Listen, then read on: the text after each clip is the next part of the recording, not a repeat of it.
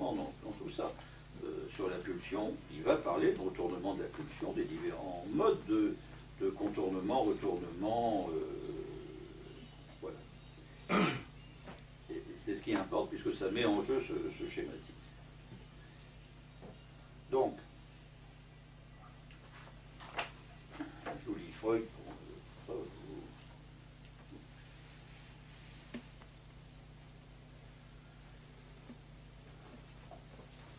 Donc il y a une nouvelle présupposition, dit Freud, qu'il faut faire intervenir. Bon, lorsque nous constatons que l'activité des appareils psychiques les plus développés est également soumise au principe de plaisir, à savoir est réglée automatiquement par les sensations de la série plaisir des plaisirs. Donc c'est Lust und Lust, à traduire comme on veut. Moi je traduis assez systématiquement, Lacan à l'appui, par jouissance, jouissance négative. Enfin, jouissance phallique, plutôt, jouissance de l'autre. Lust, jouissance phallique, Unlust, jouissance de l'autre. Donc ces sensations reproduisent, Wiedergeben, le processus de maîtrise. Bon, ce maîtrise, ça n'a pas tout à fait ce sens-là, mais bon, peu importe, des excitations. En ce sens assurément que la sensation de déplaisir est en rapport avec un accroissement de l'excitation et la sensation de plaisir avec une diminution de celle-ci. Alors,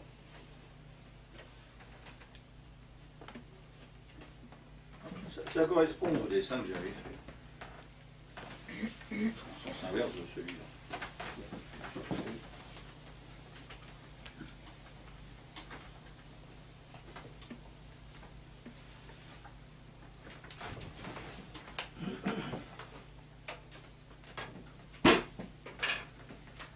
Le Lust s'oppose à l'Unlust.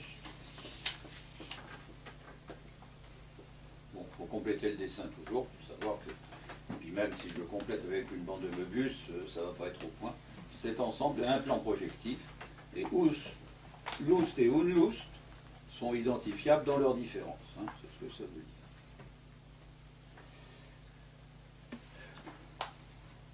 dire. Réduire l'excitation externe, adapter le monde aux besoins d'excitation interne, c'est aller dans ce sens-là. Ça correspond à ce que j'ai dit avec le schéma quadrique antérieur, à ce qui est de l'ordre de la construction du monde. C'est-à-dire que le monde, s'il n'est entièrement construit, ça c'est ce que je défendrai, est au moins modulé, c'est la position de Freud, qui est plus prudent que moi, comme Lacan l'est. Donc chez Freud, ça n'est qu'une modulation. C'est une adaptation du monde extérieur aux besoins internes, à la satisfaction des besoins internes. Bon, besoin, c'est un concept qui vient un peu quelques pages plus loin.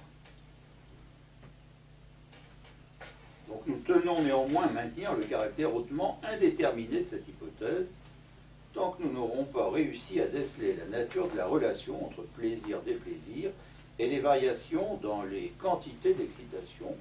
Grosson, là c'est vraiment quantité.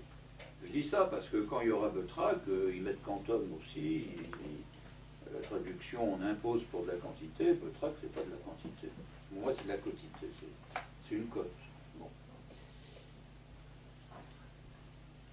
Donc joli, hein, puisque je commente en même temps, c'est pas terrible. Bon, nous tenons néanmoins à maintenir le caractère hautement indéterminé de cette hypothèse tant que nous n'aurons pas réussi à déceler la nature de la relation entre plaisir-déplaisir et les variations dans les quantités d'excitation qui agissent sur la vie psychique. Bon, ça c'est la question freudienne. On peut assurément imaginer toutes sortes de relations et des relations qui seraient assez complexes. C'est ce qu'il va faire. Si en nous plaçant d'un point de vue biologique, nous considérons maintenant la vie psychique, le concept de pulsion nous apparaît comme un concept limite entre le psychique et le somatique. Donc j'annonçais que ce serait le même schéma. Il s'agit bien de ça.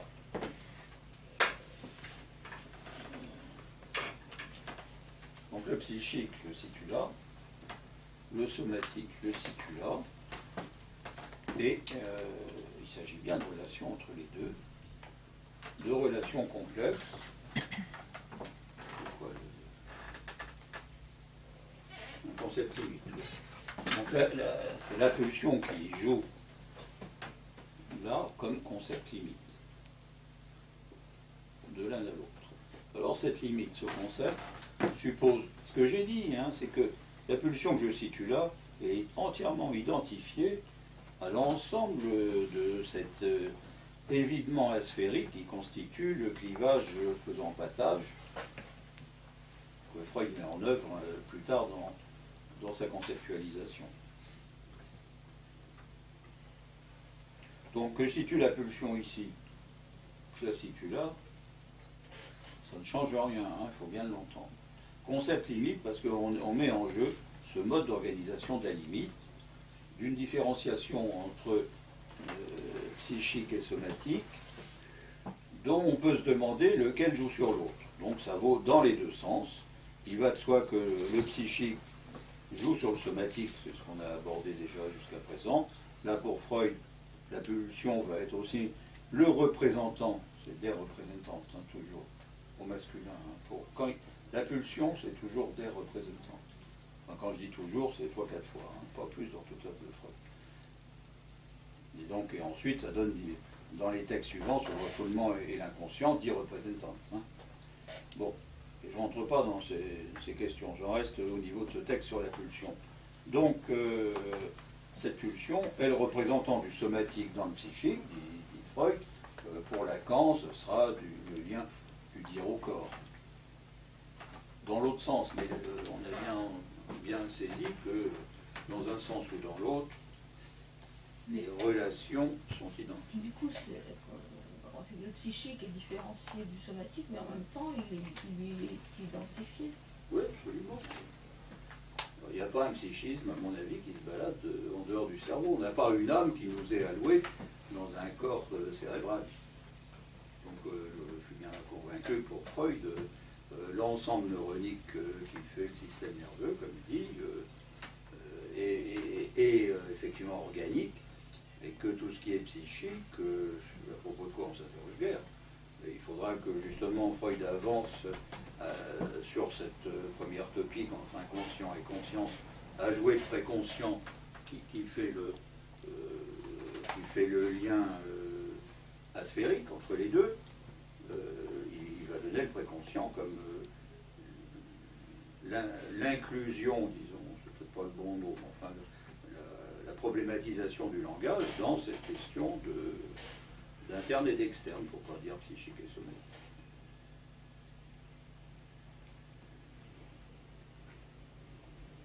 Donc de toute façon, bon, je lis Freud, sur nous plaçant d'un point de vue biologique, donc, je suis page 18, hein, nous considérons maintenant la vie psychique, le concept de pulsion nous apparaît comme un concept limite entre le psychique et le somatique, comme le représentant psychique des excitations issues de l'intérieur du corps et parvenant au psychisme comme une mesure de l'exigence de travail qui est imposée au psychique en conséquence de sa liaison au corporel.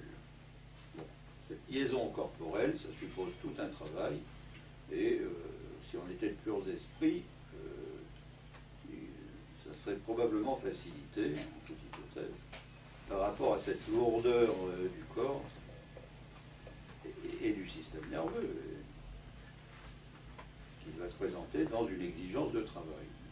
Encore le terme d'exigence, hein, qui est là, toujours à propos d'un certain travail à réaliser, qui me semble être essentiel.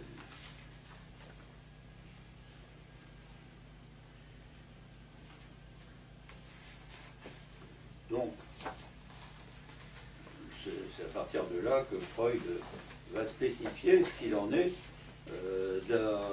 des différents modes d'organisation d'une pulsion, sans même différencier les pulsions, ça vient tout de suite après la différenciation. Donc il va parler des rapports, hein, mais quand même, je reviens sur l'allemand. Des rapports entre Lust et Unlust. J'ai essayé. Ces relations.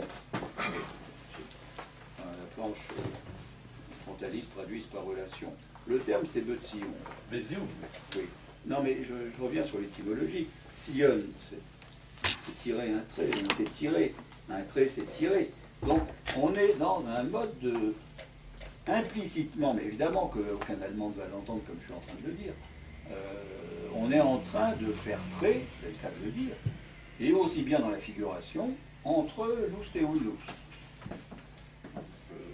Si on revient à l'usage des mots, quand on n'est pas franchement germaniste, ça s'entend d'autant mieux. Ça renvoie au dessiné de tout à l'heure. Oui.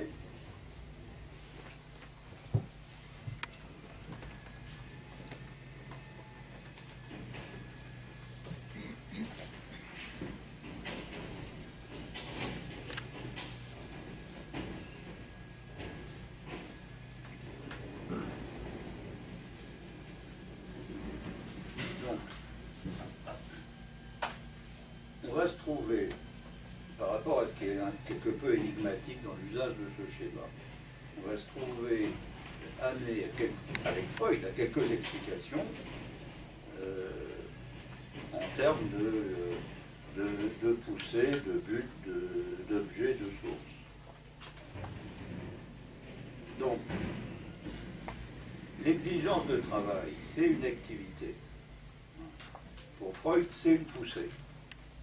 La poussée situe bien les choses au niveau de ses relations. La poussée, c'est ce qui va se pointer comme ça.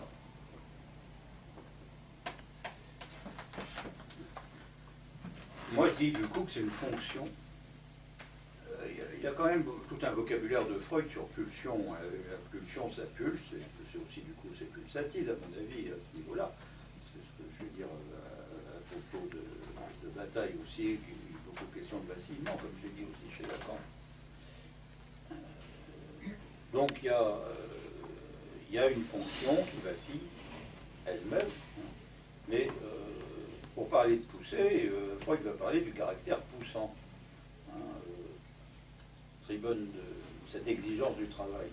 Par poussée d'une pulsion, on entend le facteur moteur de celle-ci, c'est donc bien l'activité, la somme de force, ou la mesure d'exigence de travail qu'elle représente. Représenter, c'est représenter. Le caractère poussant est une propriété générale des pulsions et même l'essence de celle-ci. Toute pulsion est un morceau d'activité. Quand on parle d'une façon relâchée de pulsion passive, on ne peut rien vouloir dire d'autre que pulsion à but passif. Une pulsion, c'est toujours une activité.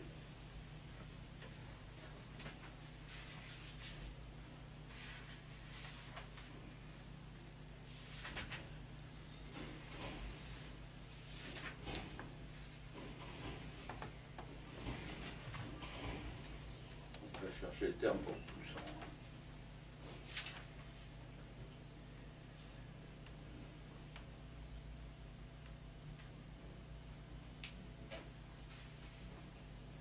On pourrait dire que c'est Drängen, c'est pas Tribon comme j'ai dit, c'est Drängen. Ça, vous savez, Drangnar Posten, la poussée vers l'est des Allemands. Donc ça veut dire pousser. Oui. Je me posais la question, est-ce qu'on pourrait entendre un chant dans cette poussée?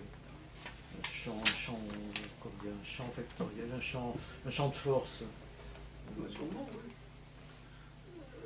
Je l'ai pris un peu autrement, moi je l'ai pris au niveau des méridiens, mais là j'anticipe sur ce qui viendra dans la suite du texte. C'est nettement plus vers la fin. Et comme j'y vais assez lentement pour ne pas vous abrutir, il faudra décaler le programme. Je resterai deux fois sur ce texte. Donc, là où tu dirais un chant, mais ça te va peut-être ce que je vais faire.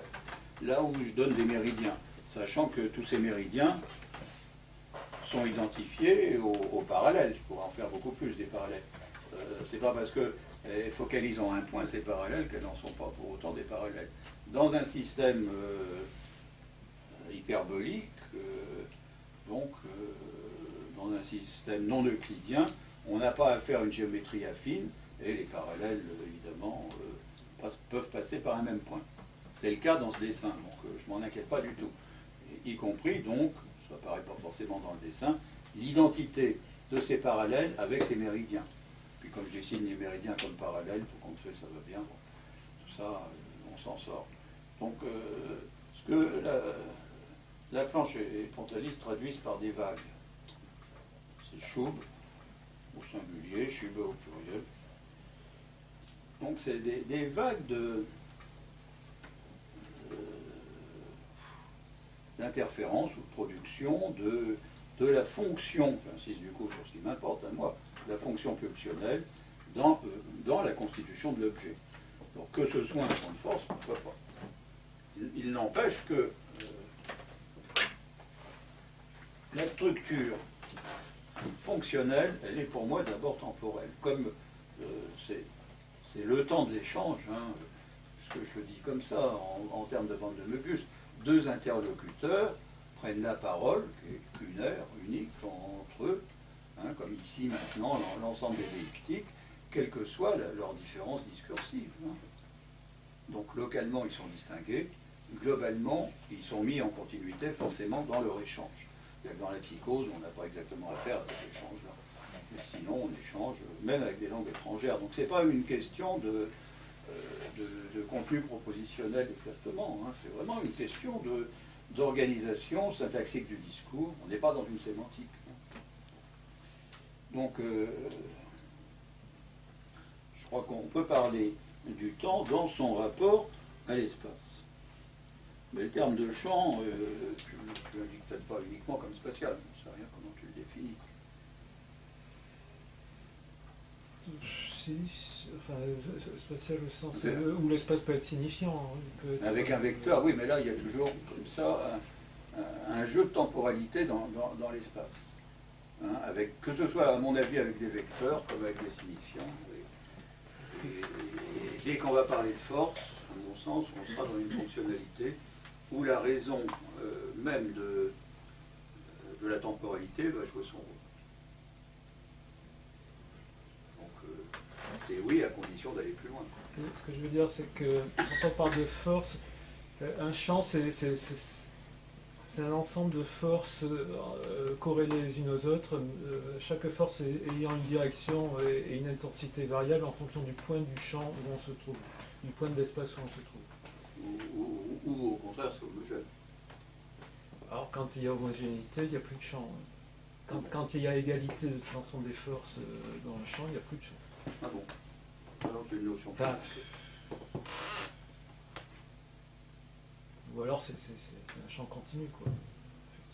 Oui.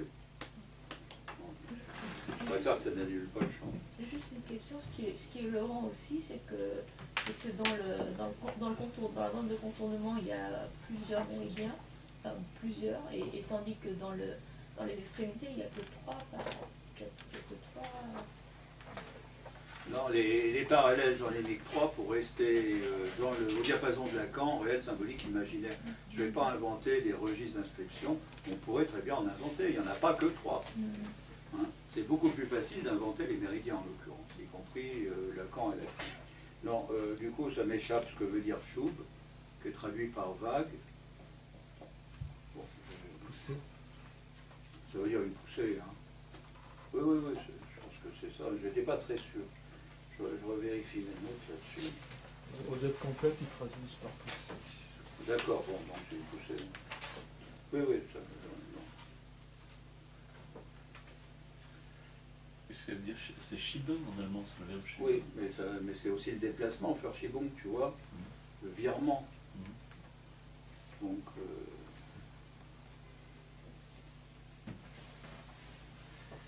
bon, c'est pour dire que, effectivement, ça donne l'idée de vagues successives. Il n'empêche que ce sont, avec un autre vocabulaire, des poussées successives. Dans la mesure où ils ont voulu, à cette époque, en 68, impliquer le changement de vocabulaire, ils ont dit vague. Ce qui dépend effectivement du dessin qu'ils ont fait eux-mêmes pour comprendre ce que disait Freud.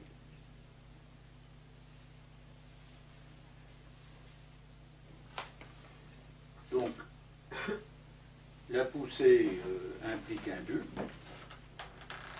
Nous sommes là dans le but. Donc, on a des poussées par vagues successives, disons, avec un but, un point de visée, on va dire. Et où il peut aussi y avoir des buts intermédiaires qui, et puis éventuellement sur les autres, je suis au-dessus, hein, sur les autres méridiens. Donc avec des buts intermédiaires qui se combinent et s'échangent les Freud. Ça implique, mais du coup là j'ai oublié à propos de quoi. On est dans le but. Ça implique une dérivation. Oui, l'expérience nous autorise aussi à parler de pulsions inhibées quant au but. Dans les cas de processus pour lesquels une certaine progression dans la voie de la satisfaction pulsionnelle est tolérée, mais qui ensuite subissent une inhibition ou une dérivation. Donc, dérivation, c'est la traduction. Pour Ablenkung, qui est plutôt une déviation.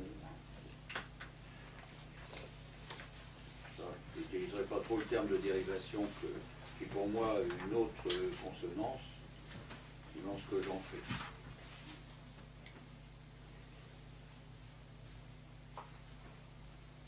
Donc toujours à la même page. Il y a quelque chose qui me semble être essentiel pour la redéfinition de ce que je tends à faire valoir de la pulsion comme templé. Cette supposition, c'est un templé conceptuel chez Freud.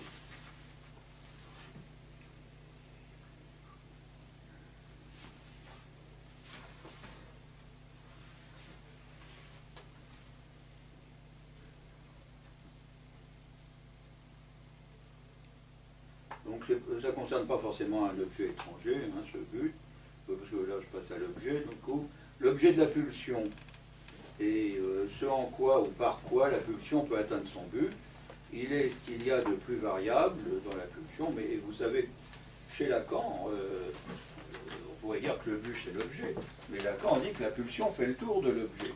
Autrement dit, l'objet est donné par le fait que, je vais limiter à 2 là, le fait qu'on ait fait le tour de ce qui peut être un objet, là, je fais le tour de ce qui serait une fonction.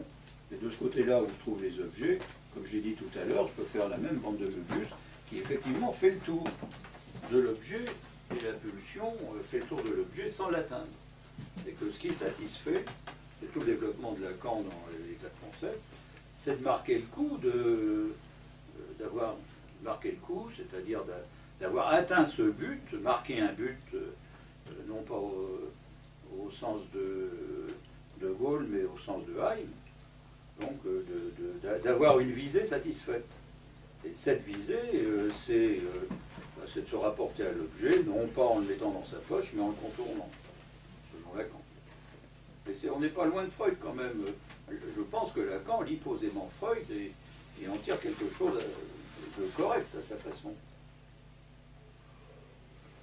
Donc c'est à ce déplacement qu'est Verschiebung, hein, ou Umschiebung, je n'arrive plus à me relire, de la pulsion.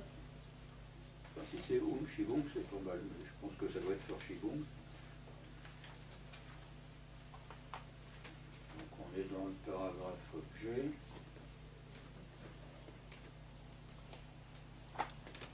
Verschiebung.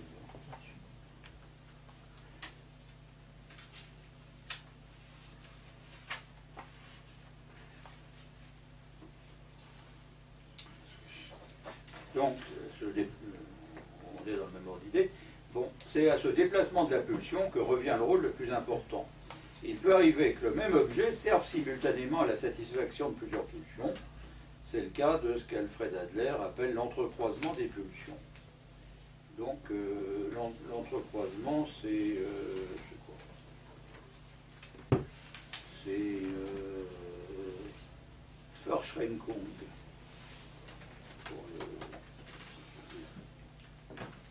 Donc l'entrecroisement des pulsions. C'est la même chose qu'intrication? Oui. Attends, le terme freudien pour intrication, ça m'échappe.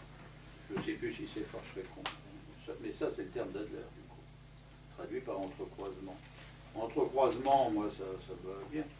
Mais c'est une intrication, oui, à partir de l'objet. Mais je pense que ça peut aller plus loin en termes d'intrication, et que ça peut concerner déjà les fonctions pulsionnelles en elles-mêmes. L'objet étant du côté de ce qu'on visait dans le monde et du côté des phénomènes quand même. Donc là, au travers de tout ça, Freud est en train de discuter de la pulsion comme moyen subjectif, pour ne pas dire psychique, donc lui il dit, on pense en termes de psychisme, avec Lacan on va dire sujet, dans un rapport sujet-objet. Les jouissances phalliques, jouissance de l'eau. En fait, ça fait passage, c'est un peu comme ça. Oui, ça fait passage. Quelle différence avec la Spaltung? Non, mais il n'y en a pas. C'est la Spaltung, c'est ce passage qui vaut un clivage. C'est la définition même d'une bande de Möbius qui est identifiée à sa coupure. Si du moins on élargit la coupure.